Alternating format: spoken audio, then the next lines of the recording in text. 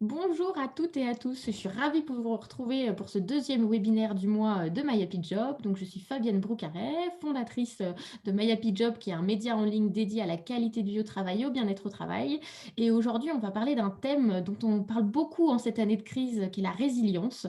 Et l'idée, ça va être de vous donner des clés pour activer cette résilience et la cultiver. Et puis, on va voir un petit peu plein d'exemples et de bonnes pratiques avec les deux expertes que j'ai avec moi. Donc, bonjour Brigitte. Bonjour Fabienne. Bonjour Karine. Bonjour Fabienne, bonjour à tous. Alors, pour vous expliquer un petit peu le principe, comme d'habitude, on va faire une grosse demi-heure, une trentaine de minutes de table ronde virtuelle où je vais animer les débats et ensuite on répondra à toutes vos questions avec grand plaisir. Donc, n'hésitez pas à vous servir du chat de l'onglet Converser pour poser vos questions, partager vos témoignages, vos expériences, ça nous intéresse pour que ce soit le plus interactif et dynamique possible. Et on prendra du coup le temps après le débat de répondre à toutes vos questions. Donc, pour commencer, je vais vous présenter un petit peu nos intervenantes pour démarrer. Brigitte Vaudolon, vous êtes la directrice de Pulso France, vous êtes psychologue et vous avez écrit un livre justement sur la résilience et vous êtes aussi l'auteur d'un programme qui s'appelle Cultiver sa résilience chez Bloom Air Impulse, nos amis qu'on adore, je vous conseille d'aller voir leur plateforme en ligne. Et du coup, votre livre s'appelle La résilience, ça se cultive au quotidien et c'est vraiment un message qu'on veut vous passer aussi pendant ce webinaire. Donc, bienvenue. Et Cathy, Merci. bonjour. Alors, vous êtes Ravie d'être là avec vous tous aujourd'hui, vous tous. bah oui, nous aussi. Plaisir grandement partagé aujourd'hui. Karine, du coup, Karine Chaussinon, vous êtes coach, vous accompagnez des personnes qui sont atteintes d'un cancer pour l'après-maladie, pour se reconstruire notamment d'un point de vue professionnel, pour envisager l'après-maladie, et aussi les aidants, parce qu'on a tendance parfois à les oublier, mais dans ces épreuves de vie, les aidants sont aussi beaucoup mis à contribution et c'est important de les accompagner. Et vous êtes la fondatrice du coup d'un organisme de formation qui s'appelle KCMC. J'ai tout bon? C'est parfait. Alors, pour commencer, je vais avoir une question simple pour toutes les deux. Quand on parle de résilience, comme je le disais, c'est un peu un mot qu'on a beaucoup entendu, comme la quête de sens, comme la bienveillance au travail. Ça fait partie un petit peu des mots qu'on entend énormément, mais on ne sait pas forcément quoi y mettre derrière et concrètement, qu'est-ce que ça veut dire. Donc, Karine, pour commencer, est-ce que vous pouvez nous expliquer quelle est votre définition? Comment vous voyez-vous la résilience? Alors moi je vois la résilience comme la façon de traverser une épreuve en grandissant, en fait, en arpentant le chemin pour traverser l'épreuve justement. Après, c'est une définition qui est purement personnelle avec l'exercice que je pratique actuellement auprès des patients. Il faut savoir que la résilience, c'est un terme qui date du XXe siècle, qui était qualifié pour les personnes qui devaient se remettre d'un deuil ou de grandes épreuves telles que les déportations, les personnes qui étaient orphelines, etc. Donc c'était quand même très lourd de sens. Aujourd'hui, on a tendance à l'utiliser de manière voilà, un peu grand public, de manière un peu plus légère. Voilà, donc c'est vraiment cette façon de se retrouver ou en tout cas de dépasser l'épreuve, quelle qu'elle soit. L'idée de cheminement de temps est importante et du coup, c'est tous les travaux, notamment de Boris Cyrulnik, qui ont permis justement d'éclairer cette notion de résilience et d'en parler un Exactement. peu plus justement. Et alors, Brigitte, quel est votre regard là-dessus? Est-ce que vous auriez du coup un complément à nous apporter pour cette définition de la résilience? Oui, alors moi, je suis tout à fait en phase avec la définition personnelle de Karine parce qu'en fait, elle correspond vraiment à la définition que l'on a en psychologie positive. La définition de la résilience, qui est une définition plus large que juste il m'arrive quelque chose de très traumatisant, comment je m'en remets, parce que tout le monde, heureusement, ne vit pas des guerres, des agressions, des choses terribles. Donc, la psychologie positive, qui étudie le fonctionnement humain optimal, a aussi étudié qu'est-ce qui fait que des gens qui ont vécu des choses difficiles s'en remettent et des choses difficiles diverses et variées, hein. Donc ça peut être un échec, ça peut être perdre son emploi, ça peut être un divorce. Donc c'est une définition beaucoup plus large. Et dans la psychologie positive, alors d'ailleurs je peux vous partager une définition avec une petite image. Voilà, maintenant tout de suite. En fait, en psychologie positive, la définition de la résilience, ça sera la capacité à rebondir face à l'adversité. Donc l'adversité, c'est quelque chose que je n'ai pas choisi dans ma vie et qui m'arrive. Donc je rebondis face à ça. et je grandis effectivement, comme le soulignait Karine, parce que j'en apprends des choses, même si c'est pas agréable sur le coup, même si ça parfois me perturbe beaucoup, je vais pouvoir apprendre quelque chose de cela.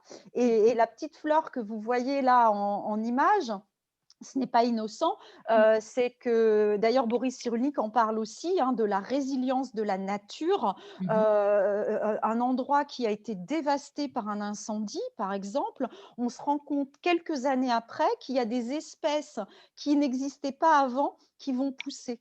Mmh. Et il y a aussi au niveau pas uniquement au niveau de la flore, mais aussi au niveau de la faune, des petits animaux qui n'étaient pas là avant qui vont apparaître. Mmh. Donc, elle existe dans la nature et elle existe aussi chez l'être humain. Il y a des choses qui renaissent après une épreuve. C'est difficile de savoir quoi, mais on sait que ce phénomène existe et rien que ça, c'est porteur d'espoir. Ouais, j'aime beaucoup l'image, de cette fleur au milieu du désert et en effet, ça parle beaucoup. Karine, on a parfois l'impression que la résilience, certains en sont plus dotés que d'autres. C'est un peu dur de le savoir avant que l'épreuve nous tombe, dessus. Il y en a qui grandissent avec des épreuves très tôt. Il y en a pour qui ça va arriver au courant de la vie et c'est un petit peu, je dirais aussi le hasard et la vie va ainsi. Est-ce qu'on est tous dotés de capacités de résilience? Est-ce que, on peut tous parvenir à faire ce cheminement? Alors, à mon sens, oui. Après, il va y avoir des facteurs qui vont s'impliquer dans le schéma. C'est-à-dire qu'il va y avoir déjà la survenue de l'épreuve, parce qu'on parle de résilience à partir du moment où on a une épreuve. Donc, si on a Mmh. une vie plutôt calme et tranquille, on aura moins de façons de mettre en lumière finalement cette capacité de résilience. Et donc, effectivement, c'est au moment où survient l'épreuve Mmh. qu'on va pouvoir se rendre compte, à condition de se retourner probablement sur le chemin parcouru pour s'en rendre compte, parce que si on ne fait pas l'effort, on va avoir moins de mal, enfin plus de mal, pardon, à s'en rendre compte. Et après, je pense que oui, tout à chacun est en capacité de développer et d'avoir de la résilience. Après, il va y avoir il va y avoir plusieurs notions qui vont être mêlées à ça. Par exemple, l'entourage, c'est-à-dire Mmh. que si on a un entourage qui est un petit peu pas forcément positif, peut-être qui ressasse les choses un peu négatives, qui vous pousse un peu vers le bas finalement, Mmh. vous allez pouvoir développer cette capacité de résilience, mais vous allez peut-être mettre plus de temps, Ouais. parce qu'il va falloir vous rendre compte que l'environnement déjà est négatif et ensuite vous sortir vous-même de cette... Voilà, il faut mettre un petit peu l'environnement de côté. Après, il va y avoir le temps Mmh. qui va jouer, parce que dans le temps, vous allez avoir cette capacité à vous rendre compte que l'épreuve est une épreuve, Mmh. comment finalement mettre en place un plan pour dépasser l'épreuve, la contourner, la faire exploser, enfin peu importe le schéma, mais en tout cas surmonter de la manière qui vous convient l'épreuve. Mmh. Et donc le temps va avoir un effet là-dedans, puisque si par exemple vous êtes dans une phase de déni, ça va être difficile de vous rendre compte de l'épreuve puis de la dépasser. Ouais. Moi, je parle de ça notamment par rapport à mes patients atteints de cancer. C'est vrai qu'il y a des personnes qui sont naturellement il m'arrive un cancer, je ne comprends pas ce que c'est le cancer, c'est pas possible que j'ai un cancer. Et vous allez avoir des schémas de pensée qui vont être un peu de l'ordre de la spirale négative, en tout cas du cercle un peu vicieux. Et vous avez des personnes qui vont avoir un temps de prise de conscience pour comprendre l'épreuve et qui du coup vont en faire une base pour pouvoir la dépasser. Mmh. Voilà. Mmh. Ensuite, il va y avoir aussi la capacité à savoir prendre des décisions, à être actif et à pas forcément voilà, ressasser les choses. Mmh. Ruminer, Voilà, à ouais. pouvoir dépasser un peu les choses. Euh, Après, il y a aussi une autre notion, celle d'avoir la capacité de se focaliser en dehors de soi. C'est-à-dire que quand on est un peu le nez dans notre épreuve, on va Mmh. potentiellement avoir une posture de pourquoi moi, pourquoi encore moi, Mmh. pourquoi c'est toujours moi, voilà. Du coup, c'est vrai qu'à ouvrir un peu les fenêtres sur mais et les autres, comment ça se passe, est-ce que je suis tout seul ou toute seule, est-ce que comment font les autres, vous voyez. Mmh. En élargissant finalement les choses à un environnement qui est un peu plus large qu'à soi-même, on se rend compte en fait des dimensions qui sont un peu plus grandes qu'à sa propre échelle. Et ensuite, on a tout ce qui est gestion des émotions, Mmh mh. évidemment, puisque certaines émotions vont nous ralentir tout en servant parfois de tremplin. Je pense Mmh. par exemple à tout ce qui est colère. tout ce qui est vengeance, tout ce qui est tristesse, qu'on va pouvoir euh, Ouais, travailler ou pas. ouais, ouais, ouais, tout à fait. Et justement, Brigitte, est-ce que pour vous, cette gestion des émotions, elle est clé dans la capacité à activer sa résilience et à la cultiver? Oui, oui, oui, les émotions ont un rôle très, très important, effectivement. Alors moi, dans le livre que j'ai écrit, je me suis appuyée en fait sur 4 dimensions de la résilience. La résilience émotionnelle en fait partie. Mmh. J'ai mis également la résilience physique, le fait de prendre soin de soi, de sa santé, de son corps, la résilience mentale, tout ce qui est, schéma de pensée, identifier ses forces et la résilience par l'action. Je rejoins Karine aussi, par rapport au besoin d'agir, alors pas de façon désordonnée, hein, d'agir vers quelque chose qui a du sens, mais de se mettre en mouvement quand il nous arrive quelque chose de difficile, c'est vraiment quelque chose de clé. Et pour se mettre en mouvement intelligemment, il faut déjà avoir géré ses émotions. Mmh. Alors ça veut pas dire d'aller mettre sous le tapis les émotions désagréables, parce que Karine a parlé de colère, elle a parlé de tristesse. Ce sont des émotions qui sont naturelles face à quelque chose de difficile qui nous arrive. Et donc, c'est de pouvoir, je dirais, écouter cette émotion qui nous arrive. Est-ce que c'est de la colère? Est-ce que c'est de la tristesse? Est-ce que c'est de la peur? Et qu'est-ce que cette émotion a à me dire? Parce qu'il ne faut pas oublier que l'émotion est une messagère. L'émotion, elle est là pour nous dire quelque chose.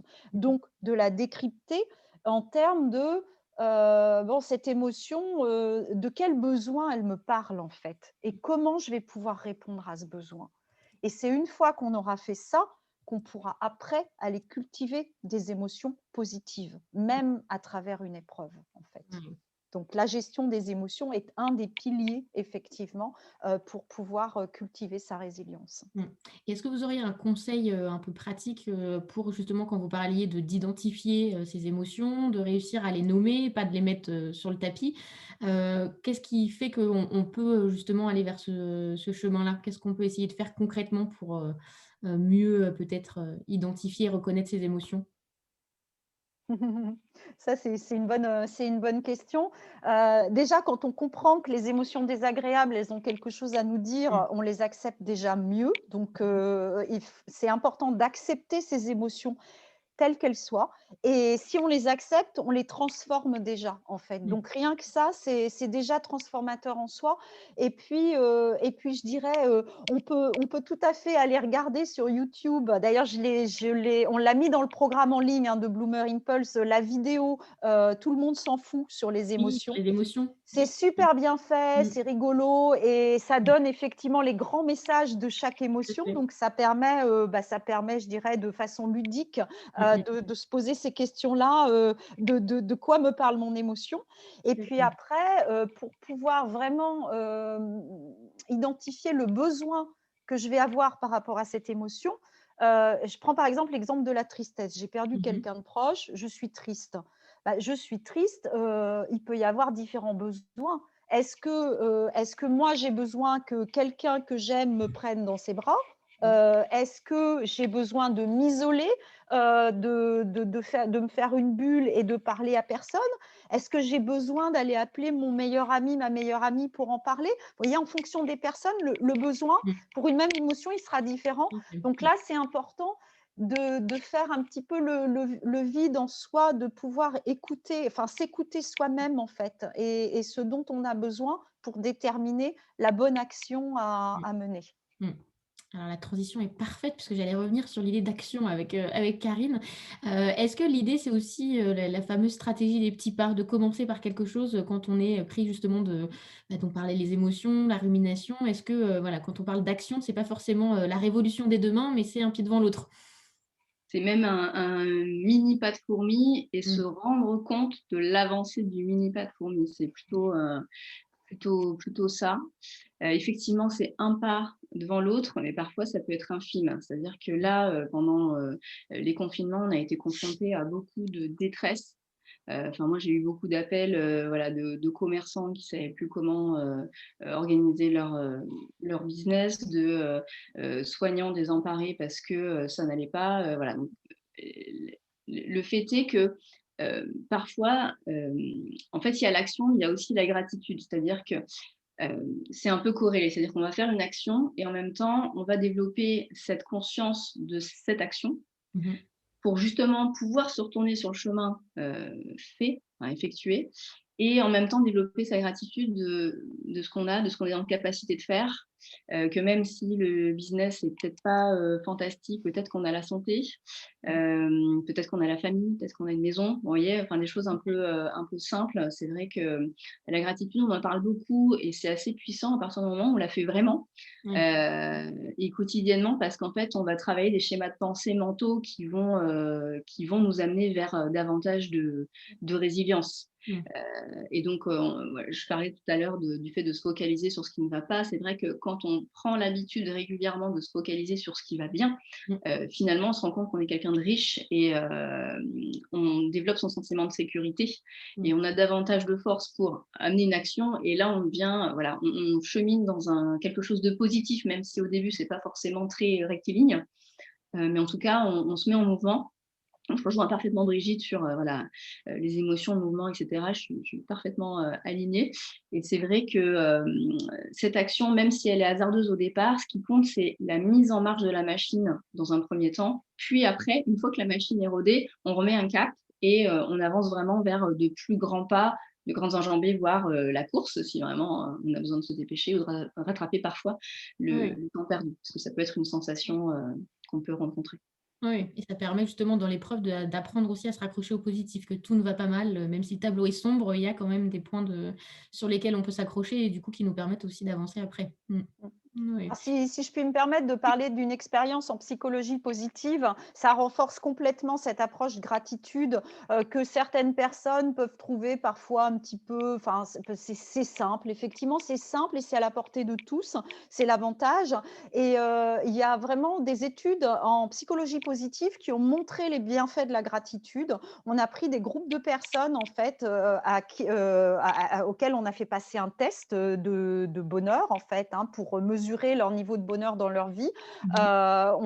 On a fait différents groupes et il y a un groupe à qui on a demandé spécifiquement d'avoir ces pratiques de gratitude tous les jours, de se remémorer trois bonnes choses qu'elles avaient vécues dans la journée, hein, ne serait-ce que des petites choses en fait, hein, et de les noter dans un cahier voilà, de les faire revivre en fait, de les remémorer chaque jour.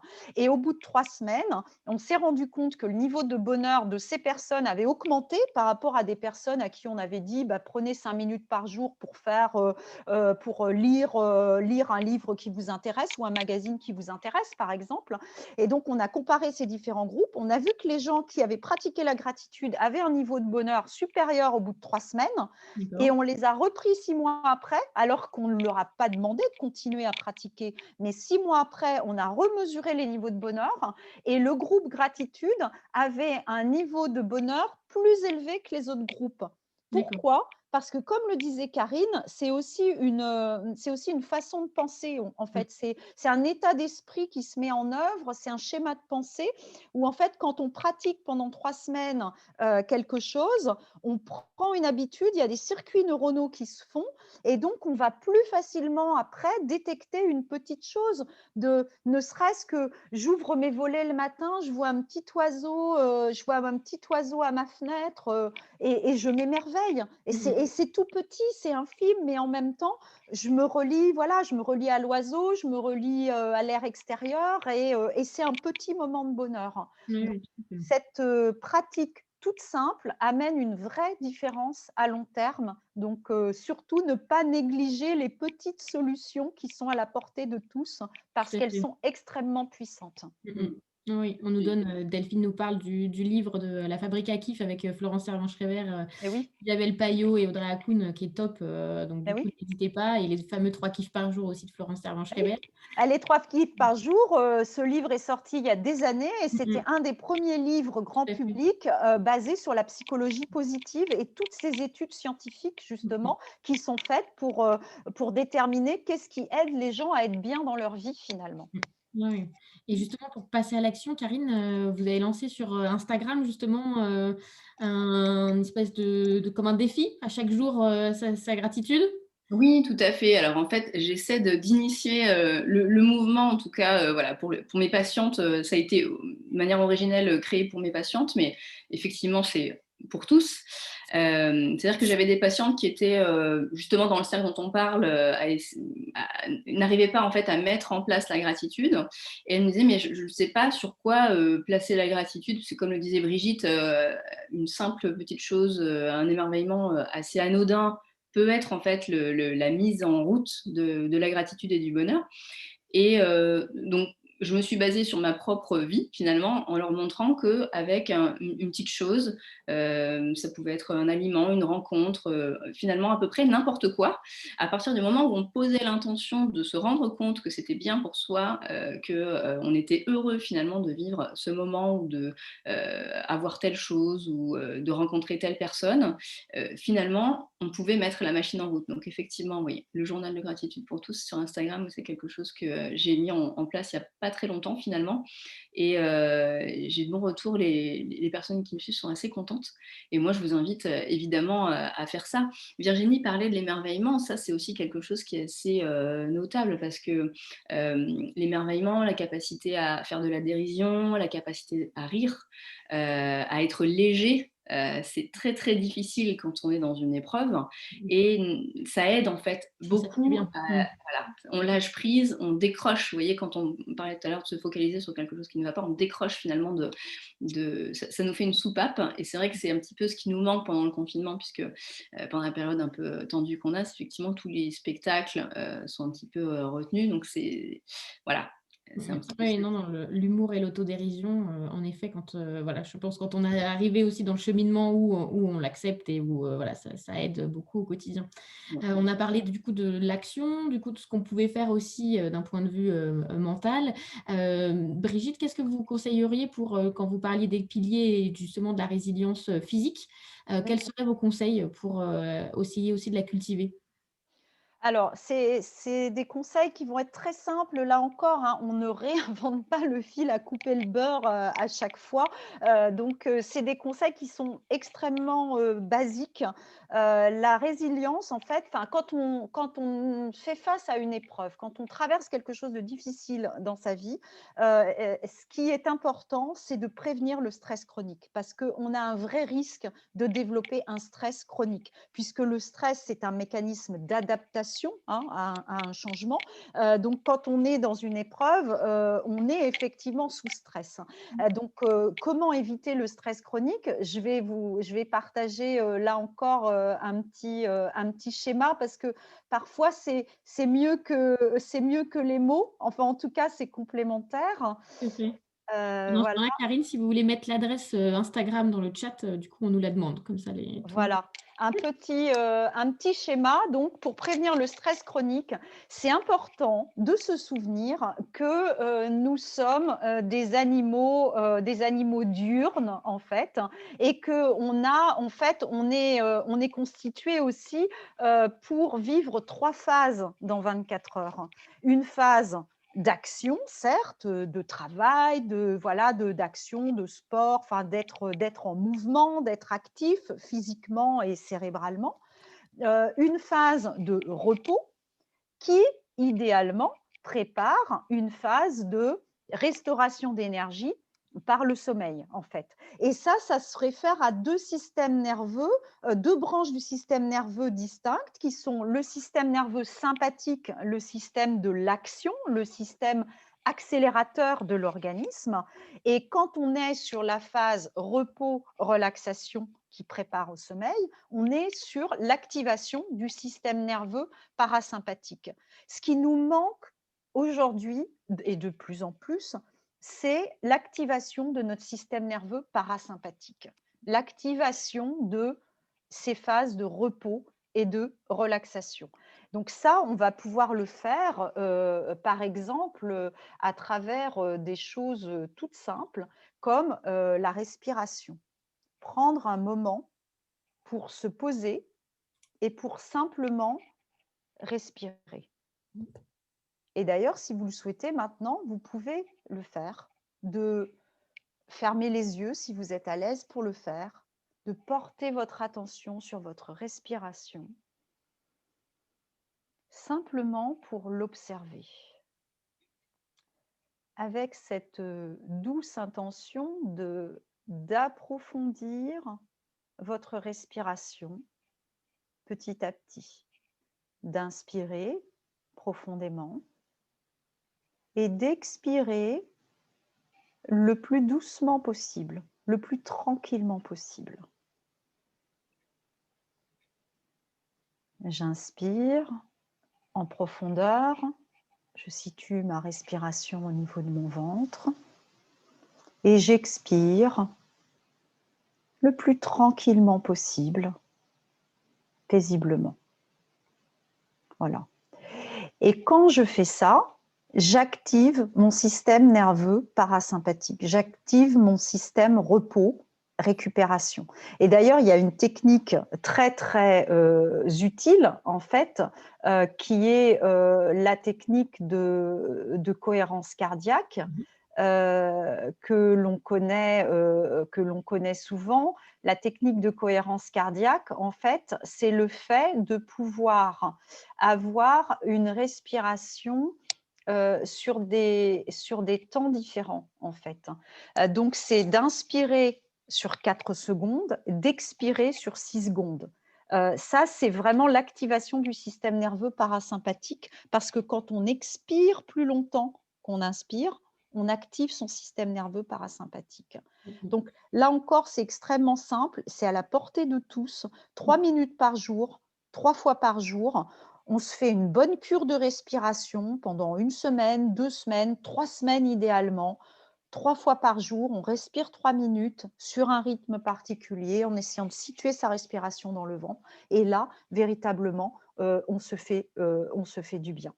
Oui, on nous dit, la sophrologie, point d'interrogation. Oui, tout à fait, tout ce qui est sophrologie, Aussi, méditation, voilà, tout peut à aider, fait. tout Et à fait. après, quand je disais, c'est aussi des bonnes habitudes de vie, c'est extrêmement simple. C'est aussi, je dirais, de prendre soin de ce que j'appelle les piliers de la santé. L'alimentation, qui n'est pas seulement ce que l'on mange, mais comment on le mange. Parce que si je mange en 10 minutes derrière mon écran une salade bio, bah, est-ce que je me nourris bien? Bah, je ne sais pas, parce qu'en fait, mon cerveau, il ne sait même pas que je mange, en fait. Donc, il n'a pas prévenu mon estomac, qui n'a pas mis qui a pas eu le temps de me faire saliver, de mettre le système digestif en route. Donc, bah non, je ne me nourris pas bien si je mange en 10 minutes devant un écran. Donc, c'est la façon aussi dont je vais manger, de bien mastiquer. C'est le fait de pouvoir m'hydrater, et rien de tel que de l'eau pour s'hydrater régulièrement. C'est aussi le fait d'avoir une activité physique. Je ne dis pas forcément du sport, parce que le sport n'est pas à la portée de tous. Parfois, une simple activité physique, ça peut être du yoga, ça peut être du pilates, ça peut être des étirements, mais le fait de bouger est extrêmement important aussi. Les phases de récupération, j'en ai parlé, la plus simple, c'est la respiration, c'est de se faire des séquences de respiration, de s'entraîner à ça, mais on peut aussi s'entraîner à faire des siestes flash. Et surtout, quand on parle de récupération, j'insiste toujours beaucoup sur le sommeil. Le nombre de personnes qui sont en carence de sommeil, comment voulez-vous être au point pour traverser des épreuves si vous manquez de sommeil? C'est la base de la récupération. On est fait pour dormir la nuit, on est fait pour se reposer. Or, quand on regarde les études, les Français dorment de moins en moins longtemps. Au profit de quoi? Au profit des écrans. Donc là aussi, prendre soin de soi, c'est prendre soin de son sommeil. Et puis, il y a un pilier qui est extrêmement important, et c'est celui qui est mis à mal en ce moment, dans ces périodes de confinement, pseudo-confinement, en tout cas de privation de beaucoup de choses, c'est qu'on ne peut pas se rencontrer, on ne peut pas se voir de visu. Il y a plein d'amis qu'on ne voit pas depuis des mois, depuis un an, de la famille qu'on ne voit plus. Et ce pilier de relationnel, on est des animaux sociaux. Donc, partager des bons moments en famille, en équipe, entre amis, c'est extrêmement important. Et si on ne peut pas le faire en présentiel, ben, faisons-le au moins en distanciel. Oui, tout à fait. Ce n'est pas pareil, mais ça permet quand même de rester en lien. Donc, voilà quelques, je dirais, conseils pratiques quelques pistes pour prendre soin de la résilience physique. Tout à fait. Bah, qui est la clé parce que quand, on traverse une épreuve, on a aussi tendance parfois à s'oublier et du coup, c'est souvent un marathon et pas un sprint, qu'on a à gérer. Donc c'est vrai que c'est des Oui, piliers. Après, on nous dit quand on traverse une épreuve, on trouve souvent pas le sommeil. Alors oui, hélas, tout à fait, mais ça peut être oui, l'occasion, je sais pas, d'aller vers des applis comme Petit Bambou qui ont des programmes, d'aller tester, la sophrologie, de voir en fait qu'est-ce qui marche pour vous. Certains, ça va être d'aller se défouler, d'être peut-être, moins sédentaire, d'aller courir et du coup la fatigue va être, aussi physique le soir, c'est de trouver qu'est-ce qui va faire, peut-être que voilà, pour essayer de trouver le sommeil, mais il y a plein de techniques, je pense, à tester et et là, c'est François a parti raison, c'est une des premières choses qui est perturbée, c'est le sommeil et c'est pour ça que je parle de l'importance, le pilier résilience physique, c'est l'importance de prévenir le stress chronique parce que si on ne dort plus la nuit, bah, forcément, le stress chronique, il est vite installé. Donc c'est tester toutes ces petits outils, ces approches et voir ce qui fonctionne effectivement pour soi parce que, bah, l'approche du voisin, c'est pas forcément la mienne. Tout à fait. Et c'est de mettre en place des bonnes pratiques aussi de déconnecter ses écrans au moins 1 heure avant de s'endormir, voilà, de se mettre dans un bon environnement de sommeil, peut-être d'acheter des audios ou de télécharger des audios de relaxation pour s'endormir avec une relaxation. Enfin, Ouais, ouais, ouais. il y a la respiration qu'on peut faire aussi la nuit quand on s'est entraîné la journée et qui permet parfois de se réendormir. Mmh mh et on nous Tout parle ça, aussi c'est à de explorer pour chacun, en fait. tout à fait. On nous parle aussi de l'appli Calm, tout à fait. Il y a plusieurs applis qui sont très bien et là encore, c'est à tester. Mmh. Quand on parle de résilience, alors on a tous en tête des parcours de vie, marquants. Je pense à Philippe Croizon et aux exploits qu'il a pu faire après son accident, à des parcours un petit peu extraordinaires et quand ça nous tombe dessus, on se dit: «Mais mince, et moi, qu'est-ce que je vais faire de tout ça?» et donc je voulais Karine, vous accompagnez, beaucoup de personnes qui traversent notamment l'épreuve de la maladie. Est-ce que vous auriez des parcours, voilà, intéressants à nous partager de gens qui ont réussi justement à cheminer et à aller vers cette résilience? Alors oui, j'en ai plein, j'en ai plein, plein, plein. Alors j'en ai choisi quelques-uns parce que je ne peux pas tous vous les raconter malheureusement, mais ce serait avec plaisir. Je pense notamment à une dame, qui avait donc une quarantaine d'années et à qui on a, diagnostiqué donc finalement 2 cancers, un une semaine et la semaine d'après un second, donc ça a été assez rude, Mmh. c'est un euphémisme. Mmh. Et en fait, cette dame était, célibataire avec, donc sans enfant.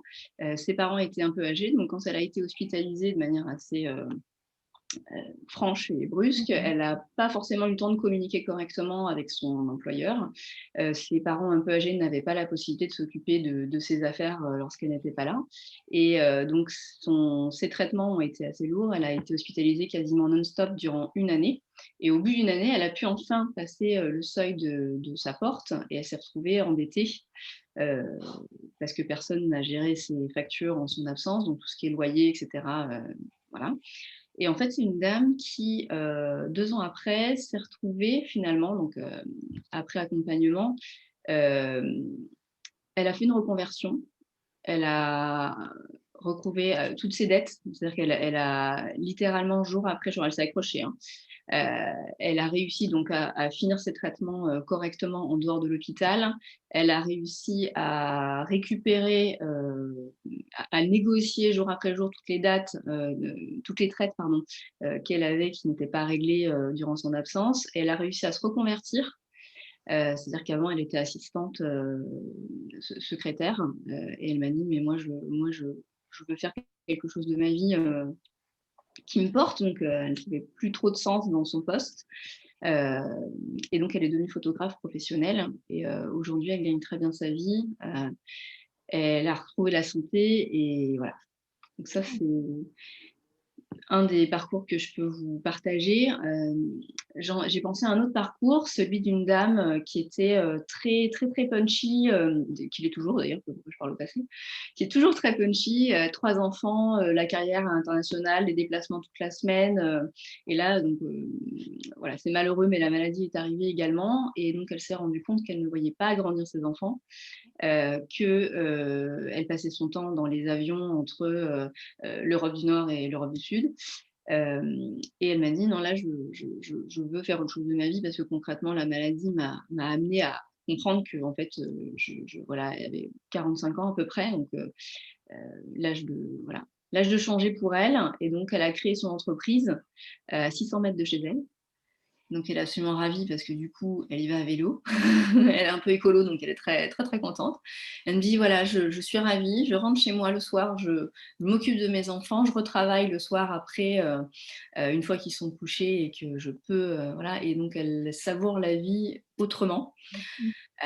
Et je pense à un troisième parcours, celui d'un monsieur qui était, boulanger, qui avait une vie un peu en décalé, au niveau des horaires, et pas forcément, facile, on va dire, physiquement, puisque en fait, boulanger, nécessite quand même une certaine forme physique, et à cause de la maladie, c'était plus son cas.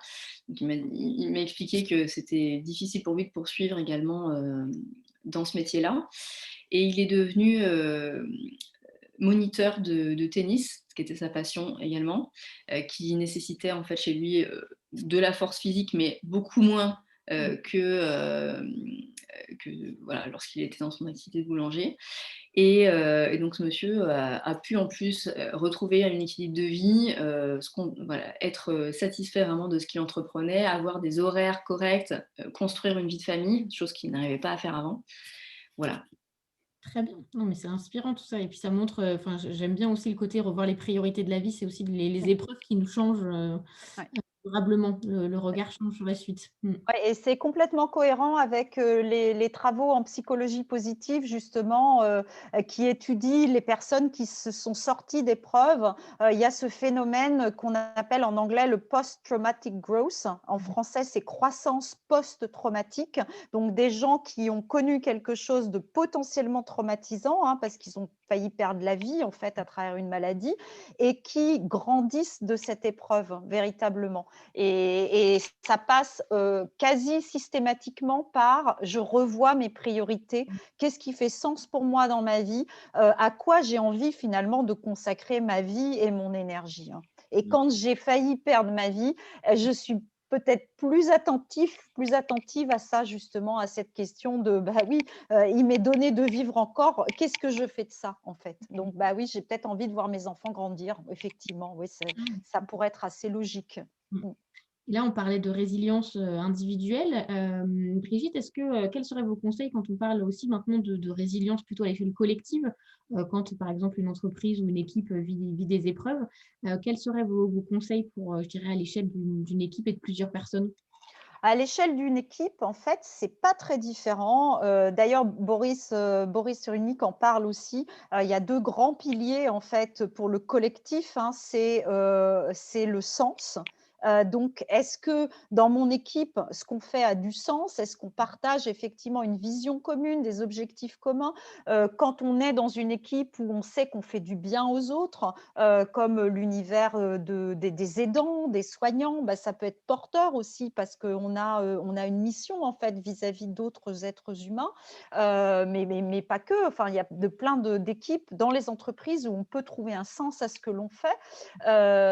Et puis, il y a le lien, il y a les relations. Donc, comment est-ce qu'on va nourrir les relations dans une équipe? Et les relations, ça passe par reconnaître les qualités des autres, reconnaître ce que les autres font pour moi, leur dire merci, et d'être, je dirais, dans un environnement collectif qui soit bienveillant. Ça ne veut pas dire que je ne vais pas dire ce qui ne va pas, mais si je dis ce qui ne va pas, je le fais de façon respectueuse. C'est un feedback constructif.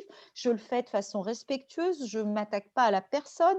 Je parle de faits, de choses qui ne me conviennent pas au niveau factuel. Donc ça sera extrêmement important pour créer justement les conditions de la résilience dans une équipe. Le sens et les relations. Mmh, les 2 piliers à retenir. Mmh. Oui. Pour finir la table ronde, quelles seraient chacune, si vous aviez un ou 2 écueils à nous donner justement, pour réussir à cultiver sa résilience, qu'est-ce que, selon vous, faudrait éviter? Qui veut se lancer? Alors, si vous voulez, je peux commencer, j'ai des idées. Je pensais à la culpabilité de choisir de se mettre en premier parfois, Mmh. parce qu'on a tendance à certains moments de vouloir prioriser les autres. Je pense aux mamans qui mettent d'abord les enfants ou la famille ou le conjoint et qui se mettent en dernier. Donc, éviter la culpabilité de faire le choix, en fait, de choisir des priorités, se prioriser parfois. Et le deuxième écueil que je mettrais en avant, ce serait la comparaison qui nous nuirait, Mmh. en tout cas. Oui, qui irait pas justement en nous tirant, vers le haut, en nous poussant, mais qui nous Qui irait plutôt dans le sens de l'apitoiement. mmh. Oui, très bien. Ouais. Brigitte?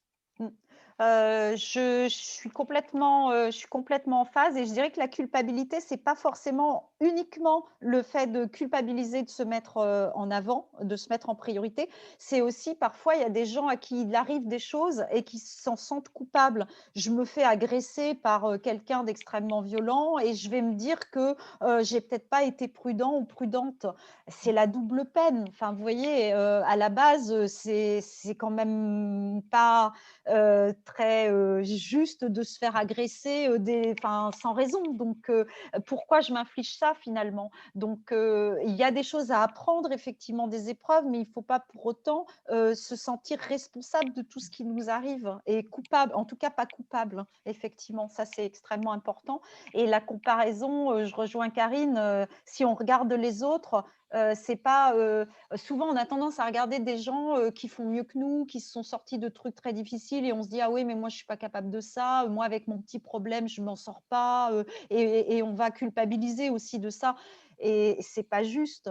Ce qui est aidant, c'est d'aller regarder des parcours inspirants en se disant plutôt: «Bah, ça existe, c'est Mmh. possible, d'autres l'ont fait, donc pourquoi pas moi? C'est plutôt d'avoir cette ouverture-là vers le possible, plutôt que de se restreindre en se disant: «Ah bah, lui, il a fait ça, mais moi, je suis pas capable».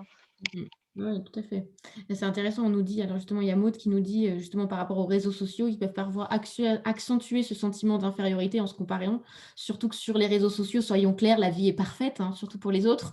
Donc du coup, en effet, il faut enlever ce filtre et se dire que voilà, la vie des réseaux sociaux déjà n'est pas la vraie vie et en plus, en effet, choisir qui on suit et pas forcément suivre non plus de manière passive sur les réseaux, parce que sinon on a tendance à voilà, à se parfois à se dévaloriser. J'avais une première question. On nous demandait est-ce que les cycles de la résilience suivent selon vous les cycles du deuil? Est-ce que le cheminement dont on parlait, ça peut être, on peut le comparer au cycle du deuil ou est-ce que c'est quand même un peu différent? Alors, pour moi, il y a effectivement un flux qui suit parce que la courbe du deuil, si on parle de la courbe d'Elisabeth Kubler-Ross, effectivement, elle décrit plusieurs phases qu'on peut traverser pour pouvoir passer finalement à autre chose. Il y a d'autres schémas en fait qui peuvent aussi parler. Je pense au cycle de Hudson, si ça parle à certains, où effectivement on a une phase où on est plutôt bien, dans une énergie plutôt haute, avec des facilités, des succès, etc. Et une phase plutôt en énergie d'introspection, j'ai envie de dire, où effectivement la résilience peut correspondre, je dirais, au quart en bas à gauche, c'est-à-dire celle qui est après le cocooning, celle du renouveau, où effectivement on remonte un petit peu la pente, ce qui correspond un petit peu à la remontée de la courbe d'Elisabeth Kubler-Ross. Mmh. Mmh. Je ne sais pas ce que tu en penses, Brigitte.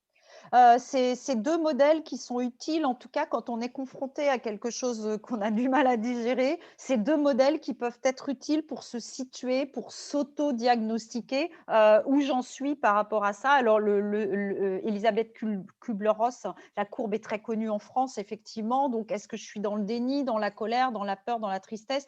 Ça va me permettre de me situer et surtout ce qui est intéressant, c'est de voir qu'il y a un après en fait. C'est quelque chose de dynamique, c'est un processus. Donc, c'est pas parce que je suis là aujourd'hui que demain, je peux pas être ailleurs, en Mmh. fait. Et le cycle de Hudson, je trouve qu'il est très, très intéressant, beaucoup moins connu en France, mais très intéressant parce qu'il utilise l'énergie, justement. Est-ce que je suis dans une énergie haute ou une énergie basse, une énergie plutôt agréable ou une énergie plutôt désagréable, en fait. Et ça, c'est extrêmement aidant aussi d'avoir cette approche via l'énergie. C'est un autodiagnostic qui est très simple à faire. Mmh mh. Alors on nous demande de répéter les 2 noms, donc il y a le cycle de Hudson et Oui, le deuxième. Elisabeth Kubler-Ross, Avec un K. Avec avec un un K. très bien. Parfait. C'est une psychologue en fait qui a mis au point cette courbe qui est appelée la courbe du deuil et c'est une psychologue qui a accompagné énormément de personnes à qui on annonçait des maladies graves en fait. Très bien. On nous demande, c'est intéressant, parce que dans les exemples qu'on a cités, il y a beaucoup de changements de vie, de reconversion ou de changements. Donc on nous demande, est-ce que quand on traverse une épreuve, on change systématiquement, complètement de vie? Est-ce que vous avez des exemples de personnes qui ont vécu une très grosse épreuve, mais qui ont continué à vivre comme avant? Alors je pense il y a des choses intéressantes dans ce que Karine, a déjà dit. Il y a quand on ne peut plus avoir sa vie d'avant, quand tu parlais, de, la force physique qu'on a plus, de, voilà, il y a des choses qu'on ne peut plus faire. Donc je pense que par la force des choses, on est obligé de changer. Il y a des choses qu'on ne veut plus quand on parlait de refaire ses priorités, mais je pense que non, je pense qu'il y a des gens qui gardent leur vie d'avant. Après, ils ont peut-être un regard différent sur la vie. C'est peut-être que le changement se fait là aussi dans la manière d'aborder les choses et peut-être pas dans je fais la révolution forcément. Je ne sais pas Karine, dans les gens, Alors, accompagnés. oui, c'est vrai que les exemples que j'ai donnés, ce sont des changements de vie assez radicaux pour que voilà, ça parle. Mais oui, oui, il existe effectivement beaucoup de. Enfin, pour ma part, je fais beaucoup de bilans de compétences justement au moment de l'épreuve, parce que les gens se disent, en fait, là, il m'arrive un truc, donc il faut que je change. Ben, en fait, non, pas nécessairement. L'idée, c'est qu'en fait, dans la résilience, on apprend à cheminer, et l'idée, c'est que enfin, chemin faisant, on apprend à se découvrir. Alors, à différents niveaux, on les a cités.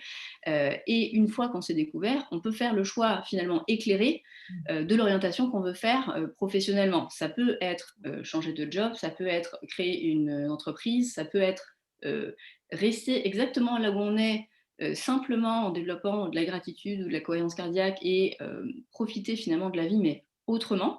Donc la réponse c'est non, on n'est pas obligé systématiquement de révolutionner tout pour aller élever des chèvres à la montagne. Oui, c'est pas du tout. Ah oui, non, non, tout à fait et on nous demande, comment un manager peut-il cultiver la résilience au sein de son équipe quand, par exemple, il n'existe pas forcément un bon climat et que justement les relations ne sont pas au top? Ça, c'est une bonne question, effectivement. Et c'est important de pouvoir travailler sur cette ambiance, en fait. Donc, de pouvoir peut-être déterminer qu'est-ce qui détériore l'ambiance et qu'est-ce qui permettrait d'améliorer l'ambiance. Donc, c'est pas forcément toujours évident d'aborder ça en collectif, en fait, de mettre les pieds dans le plat pour le manager en collectif, mais peut-être plus à l'occasion d'entretiens individuels, hein, de pouvoir explorer cette notion. Et le manager n'est pas non plus, enfin, il a un rôle à jouer, mais il n'est pas non plus seul responsable de l'ambiance. Moi, ça m'est arrivé d'intervenir en coaching d'équipe dans des ambiances dégradées. Je leur disais, je dis, l'ambiance, c'est tout le monde en fait. Hein. Tout le monde participe à l'ambiance. Et quand je me plains que mes collègues ils sourient pas, ils disent pas bonjour, est-ce que moi je souris, est-ce que moi je dis bonjour? Donc c'est voilà, il y a un moment, il faut pouvoir prendre le taureau par les cornes et que chacun aussi aille regarder sa part de responsabilité dans le collectif. Mais c'est sûr que le manager a un rôle à jouer et s'il décide qu'effectivement il a envie d'intervenir sur ce domaine, et c'est bien qu'il le fasse, bah, c'est de pouvoir être porteur en fait de cette intention d'améliorer l'ambiance dans l'équipe en fait. Enfin, de se donner les moyens de le faire en tout cas. Mmh. Ah oui, tout à fait. On est Moi, je dit suis assez d'accord par rapport à ça, parce que j'ai aussi eu l'occasion de le faire, notamment pour l'anecdote, une dame qui a eu un cancer du sein, qui s'est absentée une période de temps qui était vraiment très courte, et en fait est né un sentiment dans l'équipe qui était très négatif vis-à-vis de cette personne-là, et ça n'a jamais été, comment dire, mis en lumière de quelque manière que ce soit pour le manager qui du coup est venu me voir pour essayer d'investiguer et de comprendre. Et l'idée c'est qu'en fait, je rejoins assez ce que vous dites Brigitte, individuellement, en fait, on a une capacité en fait de pouvoir exprimer finalement les besoins et les ressentis. C'est un petit peu plus facile quand c'est vraiment tendu. En l'occurrence, c'est ce qu'on a fait, et il s'est retrouvé qu'en fait tout était basé sur des on-dit et sur le fait que la dame s'était absentée pour se refaire faire une poitrine non thérapeutique, ce qui était absolument faux. Donc parfois, on peut avoir des ambiances complètes de travail qui peuvent exploser sur des lectures de pensée, voilà, sur des on-dit, sur des choses qui sont finalement très bêtes, pardon, hein, mais Mmh. et qui mettent à mal, finalement beaucoup de personnes. Donc c'est vrai que moi je dirais désamorcer les choses dès qu'on les voit, Mmh. finalement sans forcément dramatiser ou surveiller tout comme si ça pouvait exploser du jour au lendemain, mais en tout cas gérer au fur et à mesure sans laisser forcément des tensions dans les équipes s'installer, Ouais. parce que Mmh. ça finit par devenir, Et oui, dramatique après. bien sûr, bien Et sûr. moi, je Ouais. rejoins ce que vous dites, Brigitte. C'est vrai que dans le collectif, on peut faire des choses dans le collectif, mais quand il y a des choses qui sont très spécifiques, c'est vrai que moi, je conseillerais à un manager d'aller directement parler en individuel aux personnes pour essayer de comprendre.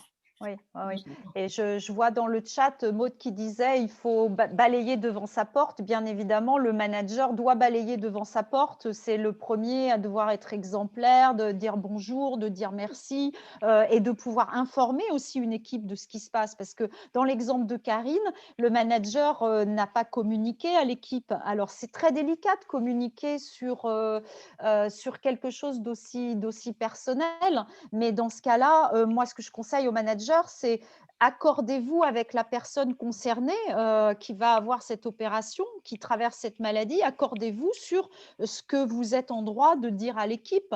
Mais il faut quand même mentionner le fait qu'il y a un problème médical, en fait, effectivement. On n'est pas dans une opération de confort.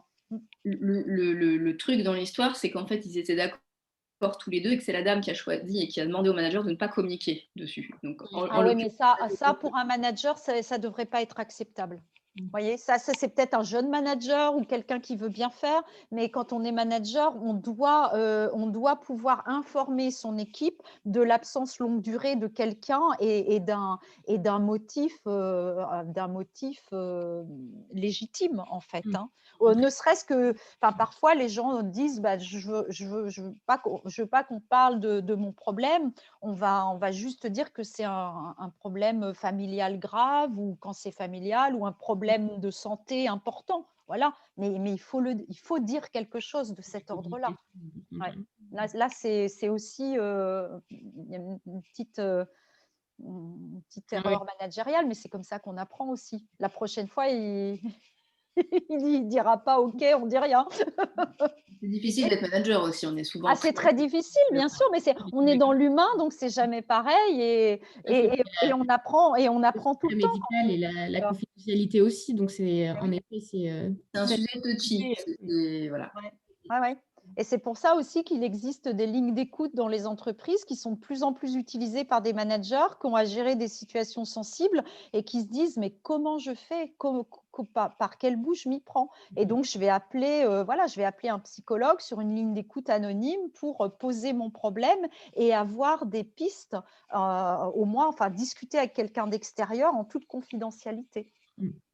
Et pour finir, parmi les dernières questions, quels seraient vos conseils ou en tout cas vos messages pour les personnes, bah, qui travaillent des difficultés qui traversent des difficultés avec leur emploi en ce moment, que ce soit, licenciement, peut-être, aussi des entreprises qui ferment ou qui, voilà, des situations qui ne sont pas faciles, par rapport à la crise qu'on traverse, qui est sanitaire, mais aussi, économique. Quels seraient vos messages?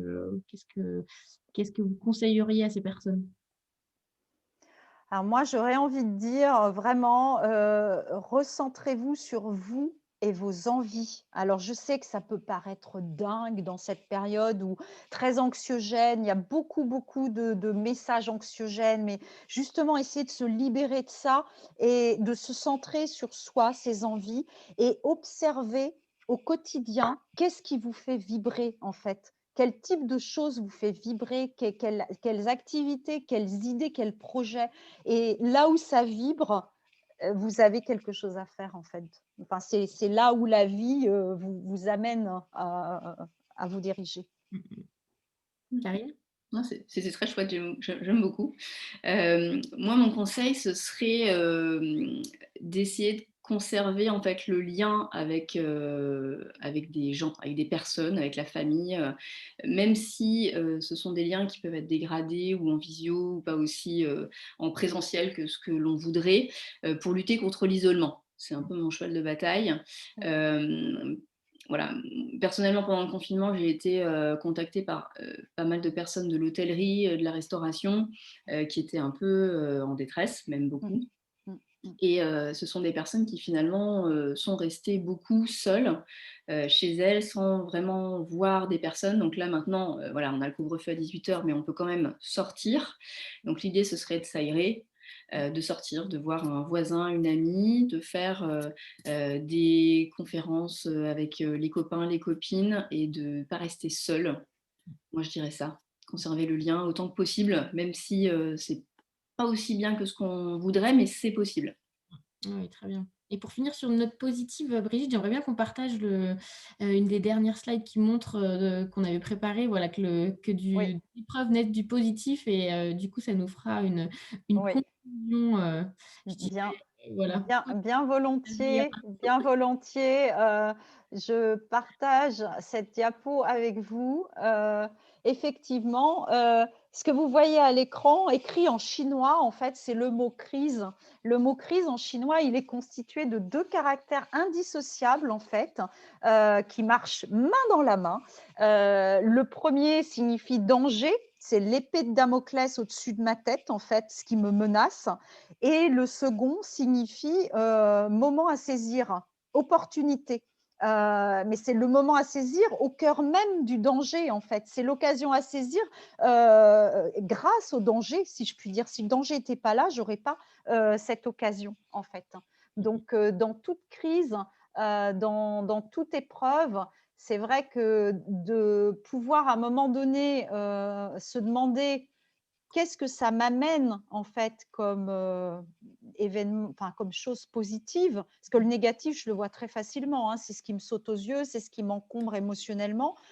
Le positif, c'est un petit peu plus difficile à aller déterrer, mais quand je suis capable de faire ça, déjà, ben, je travaille sur switcher mon état d'esprit, sur ma résilience mentale en fait aussi, switcher mon état d'esprit, regarder les choses sous un angle un petit peu différent. Donc, pas voir que le négatif, mais voir aussi un peu de positif. Et ça, c'est aidant parce que ça donne des vitamines pour la suite et pour mettre en action des choses qui permettent de s'en sortir.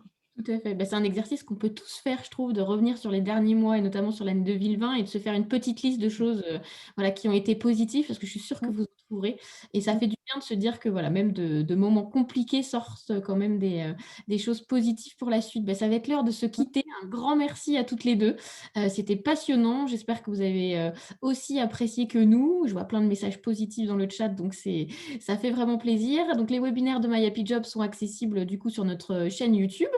Comme d'habitude, celui-ci et les précédents. Karine, on peut te retrouver, on va le redire sur Instagram, redonne-nous le lien, le journal de gratitude Pour tous. pour tous. Très bien. Et du coup, alors Super. sinon, elle a aussi son site KCMC.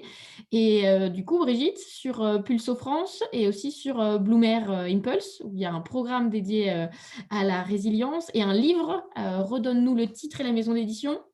La résilience, ça se cultive au quotidien et c'est chez Mango. C'est un livre illustré vraiment dans l'approche psychologie positive, plein de conseils pratiques.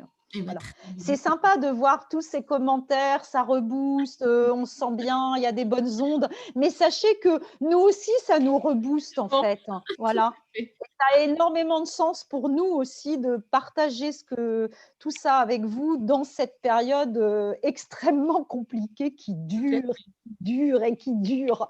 Pour vous dire, moi, c'est un point positif de l'année 2020, c'est d'avoir lancé ces webinaires et je ne le regrette pas. Donc, on en fait plusieurs par mois et c'est un régal à chaque fois. Et donc, Ben c'est voilà. Ben très moi, chouette. c'est le premier confinement qui m'a permis d'écrire le programme en ligne, cultiver sa résilience. Sinon, Voilà, je n'aurais jamais eu le temps. il y a du positif dans tout. Eh ben, merci. Très bonne journée à toutes et à tous. Et puis, je vous dis à très bientôt. Merci beaucoup.